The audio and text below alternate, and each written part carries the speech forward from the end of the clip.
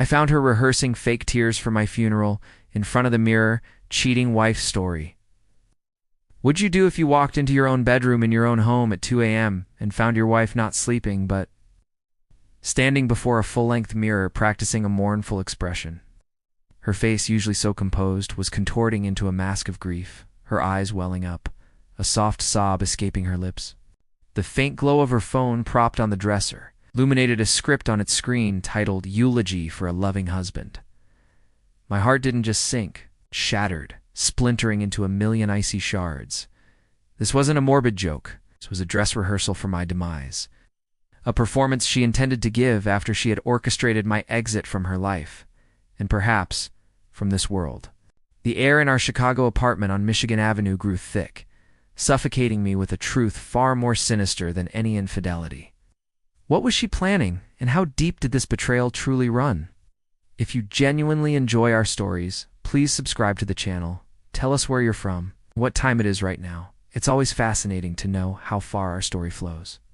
The first crack in our seemingly perfect life appeared subtly, like a hairline fracture in a priceless vase. It was a Tuesday, just like the script said. Sarah, my wife of 10 years, had started working late, her phone always face down, her explanations vague. I dismissed it as the pressures of her new role at Sterling and Finch, a high-powered marketing firm downtown. But the unease festered. I'd catch her smiling at her phone, a private, almost giddy smile I hadn't seen directed at me in months. The humiliation began to seep in, a slow poison. Mark, the man who built a life around her, was being sidelined, replaced by a secret I couldn't yet name. Her behavior grew stranger. She'd shower immediately upon coming home, even if she'd been at the office all day. Her perfume, a delicate jasmine I loved, was often masked by a heavier, unfamiliar scent. One evening, while she was in the shower, her phone buzzed on the nightstand. A text preview flashed. "Can't wait for our next late-night meeting, my love." My blood ran cold. The world tilted. I didn't open it. I couldn't. The cowardice of not knowing was preferable to the certainty of pain for a fleeting moment. The slow discovery was agonizing.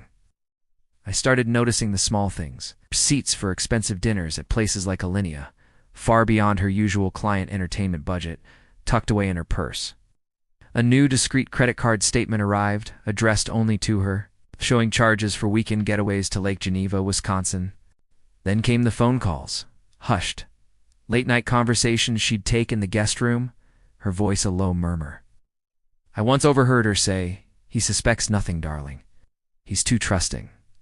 The word trusting felt like a knife twisting in my gut. Sarah became a different person. Cold, manipulative. She'd gaslight me when I'd gently probe about her long hours, turning my concern into an accusation of jealousy. "Mark, you're being paranoid. Do you not trust me?" Her eyes, once pools of warmth, were now hard, calculating. The man she was seeing, a smug, self-satisfied executive named Richard Thorne, from a rival firm, seemed to revel in his untouchable status. I saw them once, by chance, at a coffee shop on State Street, his hand casually resting on her lower back, her laugh too loud, too free. They looked like they owned the world, and I was just a ghost haunting the periphery. I broke down. Alone in our spacious, empty apartment, the silence amplified my despair. I cried until my eyes burned, until there were no more tears left. The man who was once confident, successful, and deeply in love was now a hollow shell. But amidst the wreckage of my emotions, a cold, hard resolve began to form. They thought they were untouchable. They thought I was too trusting. They were about to learn the true meaning of ruthlessness. My revenge began quietly, meticulously. Started gathering proof. I hired a private investigator, a discreet woman named Alina from a firm in the Loop, who provided me with irrefutable evidence. Photos of Sarah and Richard entering and leaving the Peninsula Hotel on North Michigan Avenue. Detailed call logs, even a recording of them discussing their plans to handle me. I consulted with a divorce attorney, a sharp-witted man named Mr. Henderson. His office overlooked Millennium Park. He laid out the legal landscape, the financial implications, the social fallout. I learned about marital assets, infidelity clauses, and the art of strategic litigation. The legal and social traps were set with surgical precision. I transferred significant assets into an irrevocable trust, ensuring Sarah couldn't touch them. I subtly leaked information to a few key colleagues at her firm. Anonymous tips about her unprofessional conduct and ethical lapses involving a competitor. I even arranged for a chance encounter between Richard's wife and Alina, armed with a carefully curated dossier. The eulogy rehearsal, that chilling discovery, became the cornerstone of my strategy. It wasn't just about infidelity anymore. It was about premeditation, about a calculated attempt to erase me. The public exposure was swift and brutal.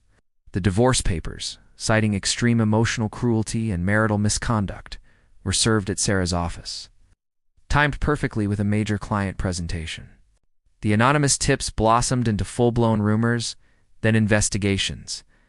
Richard's wife filed for divorce, citing Sarah as the correspondent, a detail that made headlines in the local business journals. The eulogy script, a copy I had discreetly made, found its way to the right people, her family, even the HR department at Sterling and Finch.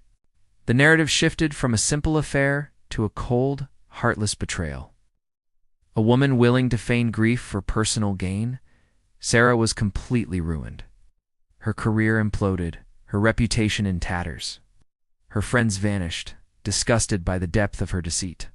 The divorce settlement left her with little more than her personal belongings and the crushing weight of public scorn. Richard, facing his own professional and personal ruin, abandoned her, proving himself to be the coward I always suspected. I saw her once, months later, walking alone down a desolate street in Lincoln Park. Her once vibrant eyes now hollow, her shoulders slumped. She didn't see me, and I felt nothing but a profound, chilling emptiness. The silence that followed was deafening, a quiet, haunting echo of a life that once was. The end.